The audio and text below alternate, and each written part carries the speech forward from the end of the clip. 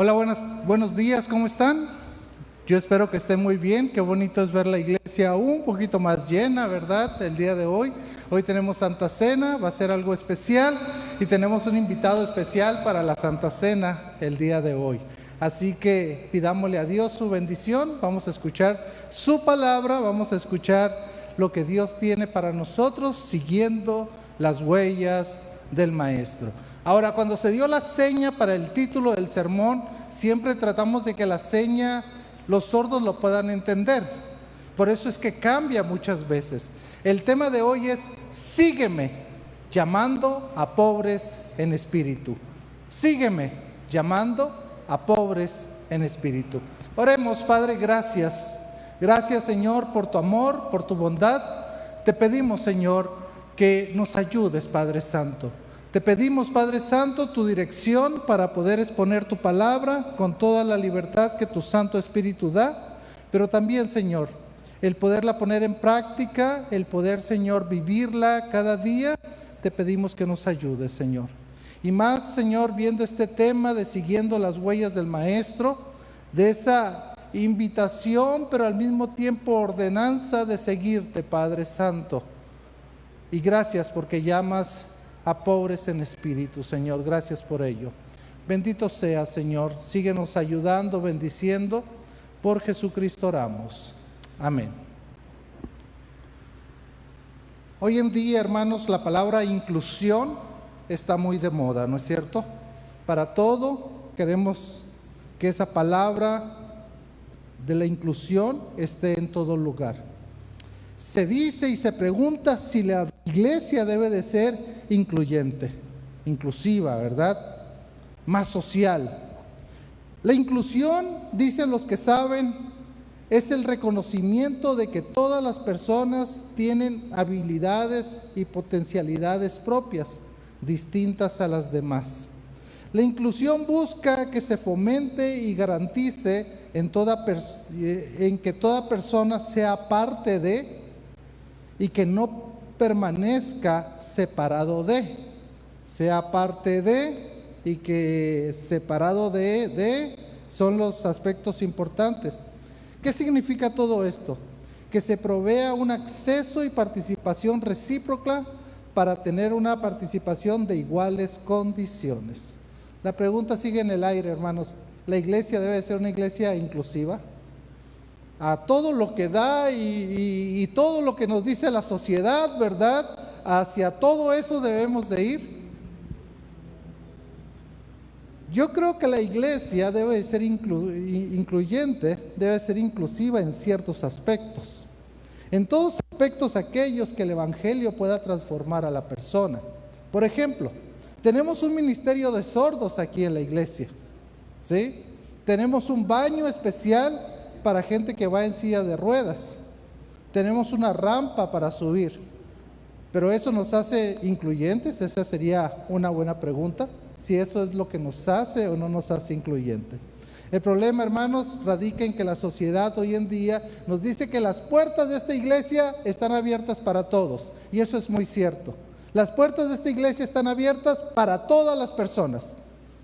Todas las personas pueden entrar a esta iglesia, pero la idea de que todas las personas entren a esta iglesia es que escuchen el mensaje de salvación para que puedan ser transformadas sus vidas, ¿sí? El problema es que muchas iglesias quieren que la persona siga con el mismo pecado, con el mismo que entró a la iglesia. Entonces ahí es donde nos ponemos a pensar qué tan bueno, qué tan malo puede ser esto. Si el evangelio no transforma, hermanos, no hay evangelio. Si el evangelio no transforma a las personas, no lo convence de pecado, de juicio, entonces ¿qué está sucediendo? Si bien es cierto el evangelio, dijo el Señor Jesús, que es para todas las personas.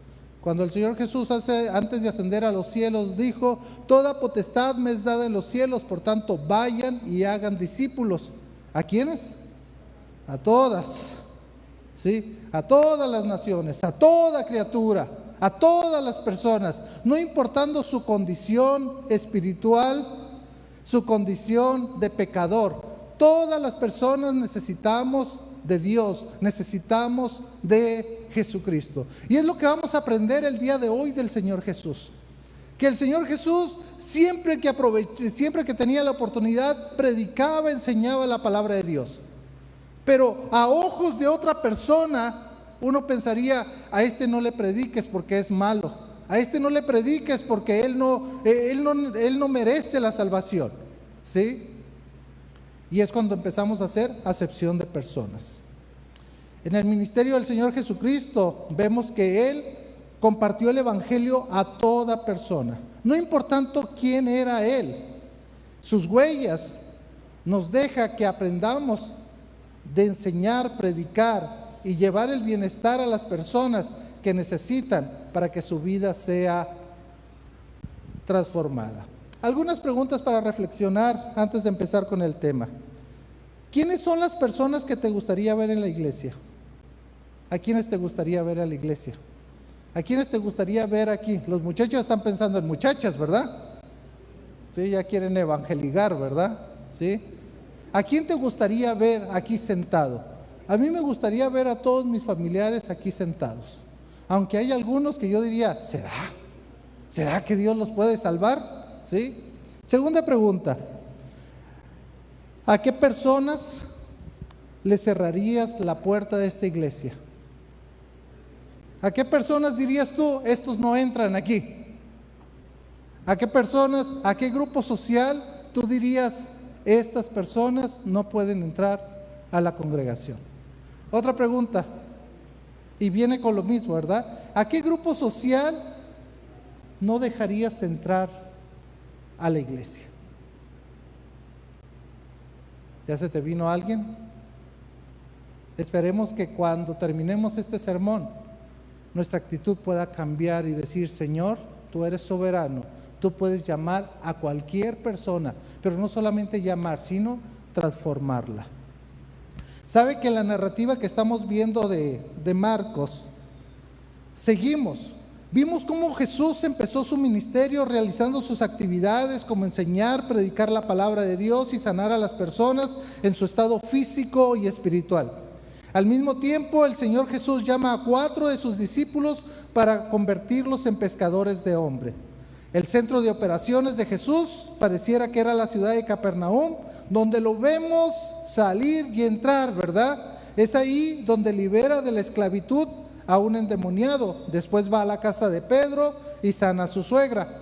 Al terminar el día de reposo, le traen endemoniados enfermos para que haga sanidades en la vida de estas personas. El Señor Jesús sabe que su ministerio principal descansa en estos 3 ministerios especiales: la enseñanza, la predicación de la palabra y la sanidad, para que su mensaje sea autentificado. La narrativa sigue sanando un leproso, ¿recuerda? Y después sanando a un paralítico. Es interesante que ahora el Señor Jesús tratará con un pecado, con un pecador más que con el pecado, ¿verdad? ¿Se acuerda lo que dice Juan 1:9? ¿Se recuerda? Es un pasaje muy conocido para nosotros. Dice: si confesamos nuestros pecados, Él es fiel y justo, ¿para qué? Para perdonar nuestros pecados y ¿qué más? Limpiarnos de toda maldad. ¿Sabe que este verso se ve reflejado en estas 3 narraciones, en las 2 que hemos visto y en esta tercera que vamos a ver? Cuando el Señor Jesucristo va con el leproso, le dijo: quiero, sé limpio. Y cuando va con el paralítico, ¿qué le dice? Tus pecados te son perdonados. Un poquito lo que dice Juan 1:9, ¿no? Que si confesamos nuestros pecados, Él es fiel y justo para perdonar nuestros pecados. ¿Y qué más? Lo que le hizo al leproso: y limpiarnos de toda maldad. Hoy el Señor Jesucristo tratará con el pecador más grande, a lo mejor, que hubiera en el tiempo en que los fariseos y escribas estaban ahí. Veamos, vamos a Marcos capítulo 2, por favor, y vamos a leer el verso 13 y el verso 14. Vea la narrativa, ¿verdad? Como que da seguimiento, como que va diciéndonos las cosas. Dice: después volvió a salir al mar y toda la gente venía a él y les enseñaba. Y al pasar vio a Leví, hijo de Alfeo, sentado al banco de los tributos públicos, y le dijo: sígueme. Y levantándose, le siguió. El Señor Jesús acaba de hacer una obra tremenda. Decirle a un paralítico: tus pecados te son perdonados, levántate, toma tu lecho y vete a tu casa. ¿Se acuerdan? Ahí dejé la historia, ahí se quedó la historia. Y lo que dice Marcos, dice que después volvió a salir al mar. Y toda la gente venía a él, ¿y qué hacía él? Les enseñaba. El Señor Jesús no necesitaba una sinagoga para poder enseñar. ¿Se acuerda que fue duramente criticado en la sinagoga? ¿Por qué? Porque sanó a aquel endemoniado, quitó el demonio que había ahí, y todos los escribas, los fariseos empezaron a ver a Jesús como un peligro. Entonces a lo mejor las puertas de las sinagogas ya estaban un poco cerradas para Jesús, pero Jesús no importaba dónde estaba, Él seguía haciendo su ministerio, y su ministerio era enseñar la palabra de Dios. Y Él ahora, al aire libre, como dice, después volvió a salir al mar, y toda la gente venía a Él y les enseñaba. ¿Sabe? Muchas veces nosotros queremos un salón de clases, muchas veces queremos un púlpito para poder enseñar. No, usted enseña con la vida, usted enseña. Se dice que era una manera de los rabinos de salir, ¿verdad? Donde salía el rabino, el maestro, y todos sus alumnos salían con él, y se paraba el rabino y empezaba a enseñarles. Jesús, como buen rabino, les enseñaba en cualquier lugar, al aire libre, en una casa, donde sea el Señor, enseñaba la palabra. Y dice la Escritura en el verso 14: y al pasar vio a Leví, hijo de Alfeo, sentado al banco de los tributos públicos, y le dijo: sígueme. Y levantándose, le siguió. ¿Sabe por qué? Porque Jesús llama a Leví para ser su discípulo. Jesús recorría enseñando la palabra de Dios. Él enseñaba en cualquier lugar, enseñaba a las multitudes, pero también Jesús ve a Leví y le pide que lo siga. Vea, dice que al pasar vio a Leví, hijo de Alfeo, sentado al banco de los tributos públicos, y le dijo: sígueme. Y levantándose, le siguió.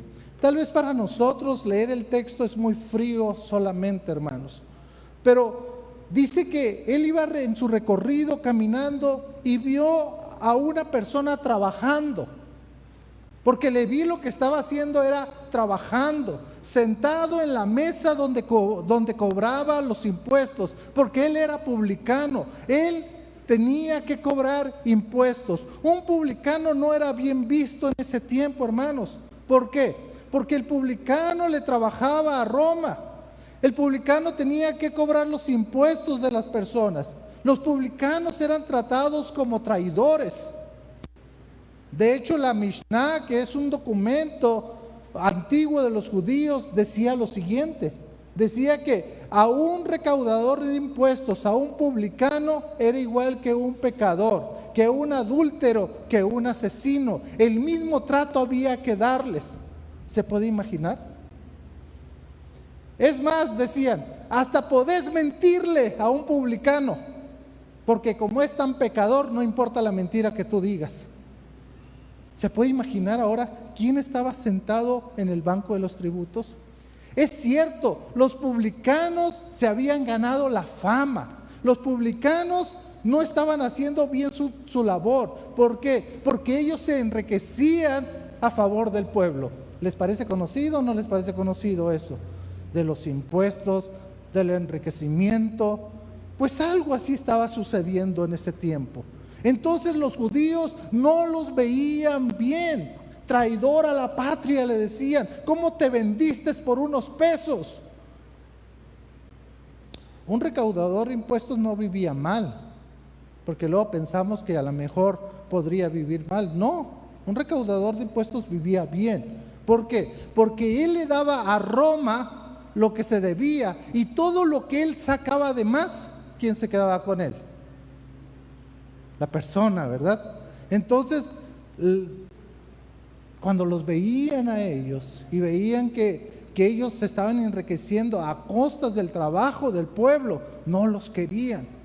Es por eso que va el Señor Jesús y ve trabajando a esta persona y le dice: sígueme. ¿Recuerda quién venía con ellos atrás? Primero, los 4 discípulos que ya había llamado, ¿sí? Segundo, fariseos y todos los que le seguían, porque dice que la gente le seguía, la multitud le seguía. ¿Se pueden imaginar qué pasó aquí? Sígueme. Está llamando a él. Un dato que se me olvida decirle es que un recaudador de impuestos, un publicano, escuche bien esto, no podía participar de ceremonias religiosas porque era considerado una persona inmundo.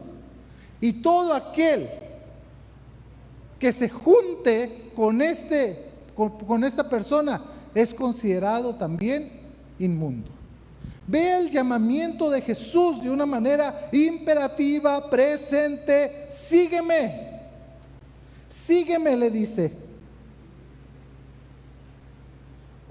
O literalmente traducido, estás siguiéndome a mí. Sígueme ya, vámonos. Y me llama la atención lo que dice, hermanos. Dice, y levantándose, le siguió. Levantándose, le siguió. Tal vez aquí en Marcos no nos deja ver todo el impacto de que Leví se levantó y le siguió. Lucas menciona algo, un pequeño detalle que Marcos omite, pero que creo que es muy importante. Dice, y dejándolo todo. Dejándolo todo. ¿Qué es dejándolo todo, hermanos? Si lo único que hizo fue levantarse y seguir. No. Debemos de saber que un recaudador de impuestos, cuando él decide renunciar a su trabajo, no hay marcha atrás. Pedro, cuando a Juan, a Andrés les llamó, que eran pescadores, ¿recuerdan? Que les dijo, síguenme. Y ellos dejaron sus redes y le siguieron. Pero ellos, los pescadores, podían volver ¿a dónde? A su antiguo trabajo. Leví no podía hacer eso. Leví no podía hacer eso. No podía decir, bueno, renuncio a mi trabajo y luego, si algo me sale mal, vuelvo aquí. No, era dejar todo. ¿Y qué es dejar todo, hermanos? Para Leví, dejar su trabajo, su comodidad, su economía. ¿Se da cuenta que no era tan fácil? Su familia. ¿Sí? O sea que el llamamiento de Leví no solamente es, sígueme. Y le siguió. Pero dice que enseguida, inmediato. O sea, Mateo, Leví, que es el mismo, ¿sí? No se puso a decirle, espérame, Señor Jesús, espérame. Déjame terminar mi día de trabajo, ¿verdad? Déjame levantar todo mi changarrito aquí, toda mi tiendita que tengo aquí montada, toda mi empresa. Déjame preguntarle a mi esposa a ver qué piensa, si te sigo o no te sigo. Déjame hacer una reunión para preguntarles a ver. No. Dice que inmediato, enseguida se levantó y le siguió.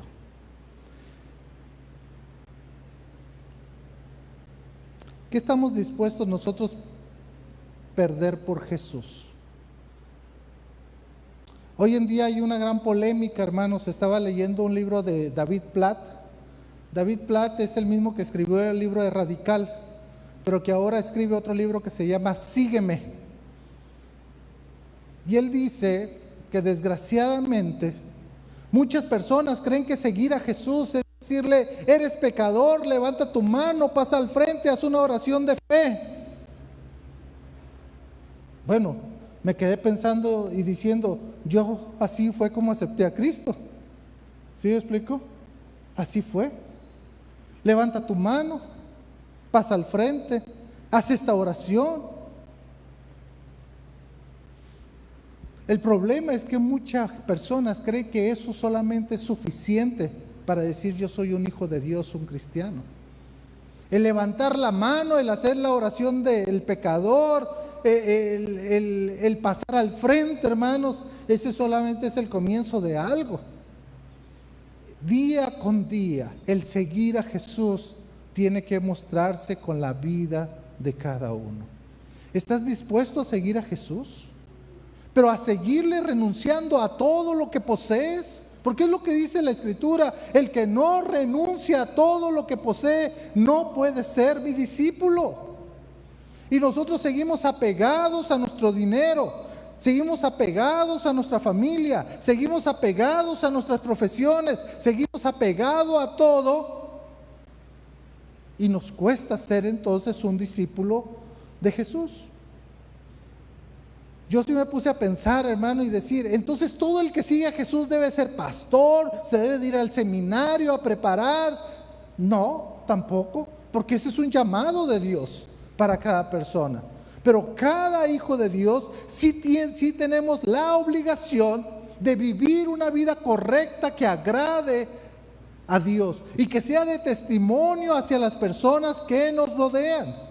Un hijo de Dios sí puede cometer pecados, porque todos somos pecadores, pero un hijo de Dios es el que se arrepiente también y trata de alejarse del pecado.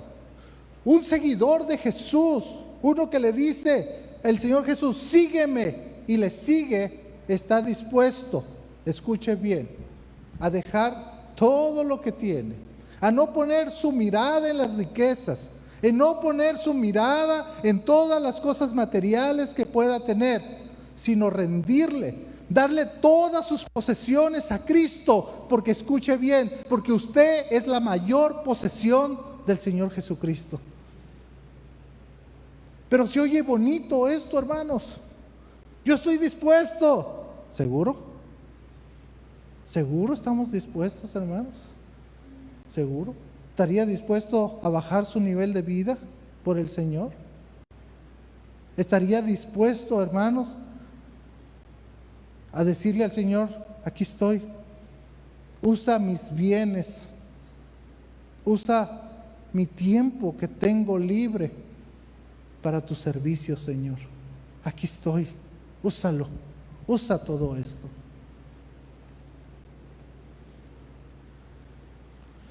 ¿Por qué Jesús llamó a Leví? ¿Por qué no llamó a un fariseo? ¿Por qué no llamó a un escriba? Lo vamos a ver cuando veamos ese sermón del listado de quiénes fueron los discípulos de Jesús, ¿verdad? Llamó a un celote, llamó a un revolucionario ahí que andaba con la revolución queriendo derrotar a Roma, ¿verdad? Esos eran los discípulos de Jesús. Leví, Mateo, un recaudador de impuestos. ¿Qué tipo de personas Jesús está reclutando para que sean sus discípulos? ¿Qué tipo de persona éramos usted y yo cuando Jesús nos dijo, sígueme, sígueme? Ahora, no termina ahí, hermanos. Dice el verso 15, aconteció que estando Jesús a la mesa, escuche bien, en casa de él, ¿de quién? De Leví, ¿verdad?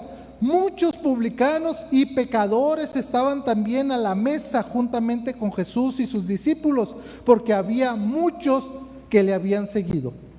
Y los escribas y los fariseos, viéndole comer con los publicanos y con los pecadores, dijeron a los discípulos, ¿qué es esto que él come y bebe con los publicanos y pecadores? Ahí aprendemos la segunda cosa que hizo Jesús, que los escribas y fariseos, al ver a Jesús comiendo con los publicanos, empezaron ¿a qué? A murmurar. Fíjense, pareciera ser que Leví le dijo, vamos, te invito a mi casa a comer. Ah, qué bonito cuando a alguien lo invitan a comer, ¿no es cierto? Ayer estaba comiendo con la familia Flores. ¿Dónde está la familia Flores? Ahí está, ahí estábamos comiendo, ¿verdad? Dice la hermana Grace, hermano, estoy preocupado por usted ahora que no está su esposa, que no se vaya a alimentar mal, ¿verdad? Véngase a comer. Ah, pues ahí fuimos a comer, ¿verdad? Qué bonito es cuando alguien te invita a comer. Pero qué bonito es cuando una familia tan distinguida como los Flores te invitan a comer, ¿verdad? Pero aquí no eran los Flores, ¿Quién era el que estaba invitando a Jesús y a sus discípulos a comer? Leví, el pecador, el recaudador de impuestos. Y Jesús dijo, vamos a comer, pues, churrasquito, no sé qué hubo ahí, ¿verdad? En la comida, que ya no voy a hablar de comida porque ya me dio hambre, hermanos. Dice que aconteció que estando Jesús a la mesa en la casa de él, muchos publicanos, escuche bien, publicanos, colegas pues, colegas de profesión, sí, pero era la misma clase que Leví. ¿Se acuerdan que eran los publicanos? Traidores a la patria, ¿sí? Publicanos, ¿y qué más dice? Dice, aconteció que muchos publicanos y pecadores estaban también a la mesa. El término pecador, hermanos, que a mí siempre me llama la atención, es un término que acuñaron los escribas y los fariseos, los maestros de la ley. O sea, pecador era todo aquel que no seguía la ley de Dios. Pecador era todo aquel que aún las interpretaciones que le daban a la ley, si no la seguían al pie de la letra, ¿eran qué? Eran pecadores. Entonces, a la vista de los fariseos, de los maestros de la ley, estas personas eran pecadoras también. Dice la Escritura que estaban también a la mesa juntamente con Jesús y sus discípulos. Estaba escuchando a un predicador que decía, el Rey de Reyes, el Señor de Señores, encarnado en la persona de Jesús, comiendo. ¿Con quiénes? Publicanos y ¿qué más? Y pecadores. ¿Qué no el Rey de Reyes debería estar sentado en la mesa con quiénes? Con los reyes, con la gente más distinguida de la ciudad, y está entonces con los pecadores. Dice el verso 16, y los escribas y los fariseos, viéndole comer con los publicanos y con los pecadores, dijeron a sus discípulos. Aquí la palabra decir a sus discípulos en Marcos es un poquito suavecita. En el otro evangelio, ahí se utiliza una palabra mayor. Dice, murmuraron. ¿Se acuerda que Jesús ya le había dicho a los fariseos, ¿por qué estás pensando? ¿Qué estás murmurando en tu corazón? ¿Qué es más fácil decirle al paralítico? ¿Tus pecados te son perdonados? O levántate, toma tu lecho y vete a tu casa. Los escribas, fariseos, es algo curioso aquí en el texto griego porque dice los escribas de los fariseos. O sea que pareciera ser que era una unión, que pertenecían a lo mismo, pareciera ser.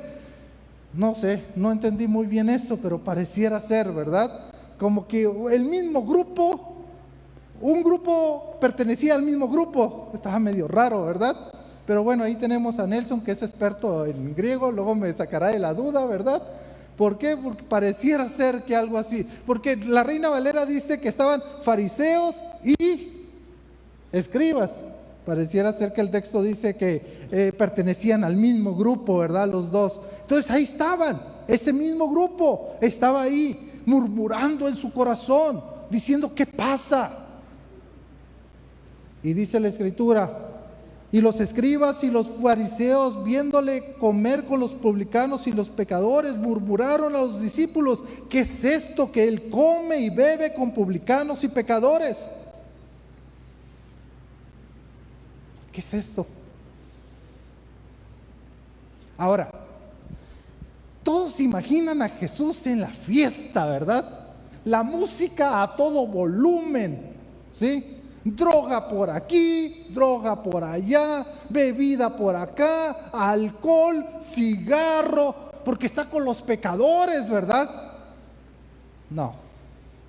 Estaban a la mesa, ¿qué? Comiendo. Porque he escuchado, yo como Jesús. Por eso es que me voy todos los viernes de parranda, ¿verdad? Porque tengo que convivir con los pecadores. ¿Sí? No, no está diciendo eso el texto, hermanos.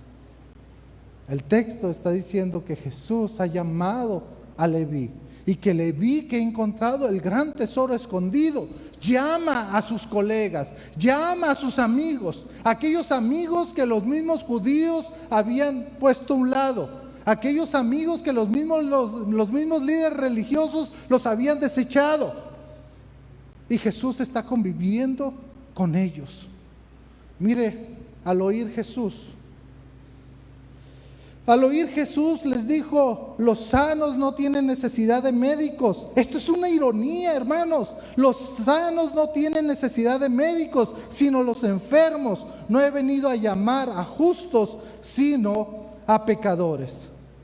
Jesús contesta a los fariseos y escribas cuál es el verdadero enfoque de las personas en su ministerio. Los escribas y fariseos se creían que ellos eran los sanos, pero para Jesús todos necesitan de Dios. Dice la Escritura que al oír Jesús les dijo: ¿saben qué? Los sanos no tienen necesidad de médico, sino ¿quiénes? Los enfermos. Eso es una ironía, hermanos, porque ellos saben que los enfermos tienen la necesidad de los médicos. El problema es que no había ni un sano ahí. Aún los fariseos y los escribas, aún los publicanos y los pecadores necesitaban ¿de quién? Necesitaban de Dios. Aún ellos que se creían los más sanos, los más espirituales, necesitaban de Dios.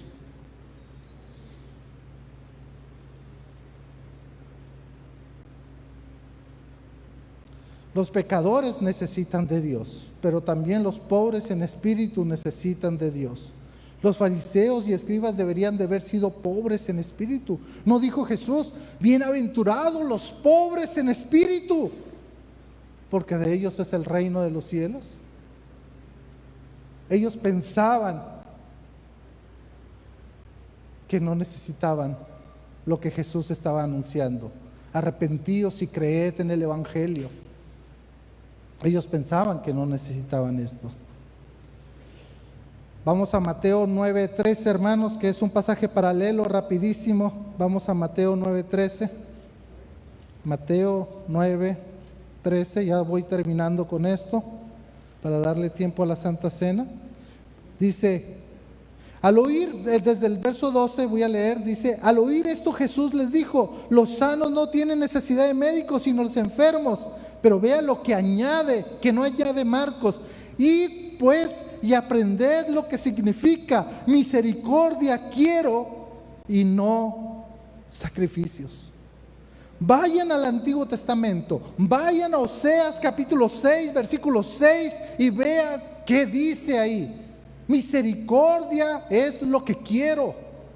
Aprendan lo que significa misericordia quiero y no sacrificios, porque no he venido a llamar a justos, sino a pecadores. ¿A qué? Al arrepentimiento. Al arrepentimiento. A eso se está llamando. A pecadores al arrepentimiento. Entonces es importante esto. Muy, muy, muy importante. ¿Sabe que el mensaje del arrepentimiento es el mismo que Jesús dijo que Él venía a dar? Vaya conmigo a Marcos, volvamos a Marcos. Pero ahora vamos al capítulo 1, verso 14 y verso 15. Dice: después que Juan fue encarcelado, Jesús vino a Galilea predicando el evangelio del reino de Dios, diciendo: el tiempo se ha cumplido, el reino de Dios se ha acercado, arrepentíos y creed en el evangelio. Ese es el mismo mensaje, hermanos, y es el mismo mensaje para todos, para aquel que se cree el vil pecador y como va para aquel que se cree el que nunca ha pecado, ¿verdad? Para el moralista que dice todo está bien, como aquel que usted dice, ¿verdad? Ay, pastor, si lo único que le falta es ser cristiano. Es tan bueno, ¿verdad? Lo único que le falta es ser cristiano. Todo, hermano, todo le hace falta. Conocer a Jesús como su único y suficiente Salvador, vivir una vida acorde a lo que Él pide. Pero también como aquel que nosotros pensamos que no merecería el perdón de Dios. ¿Se acuerdan, hermanos, de aquella parábola que el Señor Jesús contó? 2 hombres subieron al templo a orar. Uno era fariseo, y el otro era, ¿qué era? Publicano, recaudador de impuestos. El fariseo puesto en pie decía: Señor, qué grande soy yo, ¿verdad? Wow. Sin mí no sé qué haría el reino de Dios, ¿verdad? Mira, ayuno, oro, doy ofrenda de todo lo que gano. ¿Y sabes qué? No soy ni como este publicano que está ahí tirado, ¿verdad? Pero dice la Escritura que la diferencia es que el fariseo oraba ¿para quién? Para sí mismo. Ya ni le oraba a Dios. Y estaba un publicano que no se atrevía ni levantar su rostro al cielo, sino que se golpeaba en el pecho y decía: sé propicio a mí, pecador. Pero Jesús dio su juicio y dijo el Señor Jesús: de cierto les digo que el publicano fue el que salió justificado. ¿Cómo es eso? ¿Cómo es eso? El publicano era un pobre en espíritu, necesitado de Dios. Fariseo pensaba que por lo que él hacía, que por lo que él daba, estaba más cerca de Dios y no se daba cuenta de la necesidad que tenía de su Dios. ¿Qué aprendemos, hermanos, en este pasaje bíblico? Número 1, recordemos que Dios sigue haciendo la misma invitación: sígueme. Dios te sigue llamando. Dios sigue llamando a pecadores, pero también a justos. Dios sigue diciendo: sígueme, levántate, deja todo, sígueme. Dios sigue llamando, Dios sigue llamándote. Dios sigue llamando a aquellas personas que no le conocen y que necesitan entregar su vida al Señor Jesucristo. Dios sigue llamando. ¿Tenés un vecino? ¿Tenés un familiar? Compártele el Evangelio. Pero Dios también sigue llamando a pobres en espíritu como tú y yo, a que cada día más dependamos de Dios, a que cada día más necesitemos más de Dios, lo busquemos a Dios. Que no tengamos la actitud del fariseo, ¿verdad? Puesto en pie: Señor, te doy gracias, ¿verdad? Porque no me compares con nadie. Al contrario, yo oro, enseño, predico, doy diezmo, pero alejado de Dios. Qué bueno poder hacer todas las actividades y todas aquellas virtudes que nosotros tenemos como hijos de Dios. Qué bueno es orar, qué bueno es leer la palabra, qué bueno es ayunar, qué bueno es ofrendar. Pero si crees que eso te va a ser un mejor hijo de Dios, un mejor cristiano en comparación con otros, ¿qué hay en el corazón? ¿Cómo das cuando das? Porque la Escritura dice que Dios ama ¿a quién? A dador alegre. No por tristeza ni por necesidad, porque Dios ama a dador alegre. 2. No seamos de las personas que juzgamos a las personas por sus pecados, sino que podamos llevarles el Evangelio a ellos. Yo no quiero entrar ahorita a la lista de pecadores, hermanos. Aquellos que a lo mejor la sociedad los rechaza. A lo mejor usted también rechaza a este grupo de personas. Lo único que quiero decirles es que esas personas también necesitan de Dios. Son iguales de pecadores como usted y como yo. Solamente que el pecado nuestro es mentir. Solamente que el pecado nuestro a lo mejor es más interno, que el pecado de ellos a lo mejor es mucho más externo. ¿Sabe? También necesitan de Dios. También necesitan de Dios. Llevémosles el Evangelio, hermanos. Número 3, mostremos misericordia a las personas, a pesar de que sean los más despreciables de nuestra sociedad. Mostremos misericordia. Id y aprended, misericordia quiero y no sacrificios. ¿Será que nuestra congregación es incluyente, hermanos? ¿Será que nuestra congregación abrimos las puertas para que cualquier persona pueda entrar a escuchar el Evangelio de Dios y que ese Evangelio transforme la vida de cada uno de ellos Porque el apóstol Pablo lo dijo de una manera muy simple, lo dijo: el que hurtaba, ¿qué pasa? Ya no hurte más, sino que trabaje con sus manos. Porque si el evangelio no puede transformar al ladrón de que robaba, ahora que se hizo hijo de Dios, deja de robar, sino que es un ejemplo en el trabajo. Así cada persona que entre, escuche el evangelio de Dios, pueda ser transformado en su vida. El que hacía este pecado, deje de hacerlo, para que ahora haga la voluntad de nuestro Dios. Padre, gracias por tu palabra. Sabemos, Señor, que mensaje de hoy, Señor, tienes algo para tu iglesia. Sabemos, Padre Santo, que el mensaje de hoy tienes algo que decirnos, Señor. Traer a las personas para que escuchen tu palabra, Señor, y sean transformados por tu Santo Espíritu, Señor, para que dejen el pecado atrás, Señor. Señor, ayúdanos a nosotros como congregación, mostrar misericordia, mostrar amor, Señor. Ayúdanos, Padre Santo. Bendito seas, Señor. Ayuda a tu iglesia a no caer en juzgar a las demás personas por sus condiciones. Tú llamaste a un Leví, Señor, odiado, repudiado, criticado por la sociedad. Y ahí lo vemos escribiendo el Evangelio de Mateo. Transformaste su vida.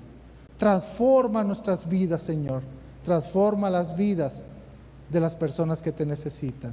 Transforma tu iglesia, Padre Santo. Por Jesucristo. Amén.